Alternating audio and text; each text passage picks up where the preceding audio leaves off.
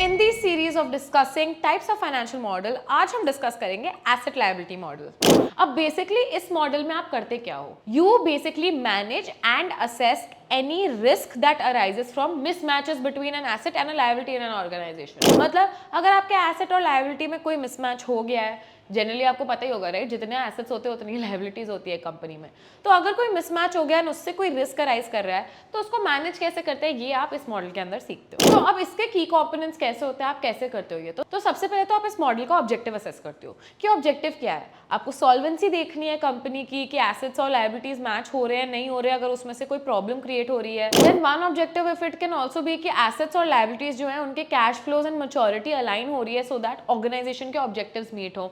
तो ऐसे आप बेसिकली ऑब्जेक्टिव सेट करते हो सबसे पहले। तो ये एसेट लायबिलिटी मॉडल जो होता है इसके बेसिस पे आप कौन से रिस्क मैनेज कर सकते हो। एक तो आप लिक्विडिटी रिस्क मैनेज कर सकते हो, आप करेंसी रिस्क मैनेज कर सकते हो, क्रेडिट रिस्क भी मैनेज कर सकते हो और इंटरेस्ट रेट रिस्क भी मैनेज कर सकते हो। तो ये 4 टाइप के रिस्क होते हैं जो इस मॉडल के थ्रू आप मैनेज कर सकते हो। ज्यादातर ये मॉडल कहाँ अप्लाई होता है, इंश्योरेंस कंपनी में, पेंशन फंड्स में, बैंक्स में, ये सारी जगहों पे ये मॉडल ज्यादा यूज होता है। So this was all about asset liability model.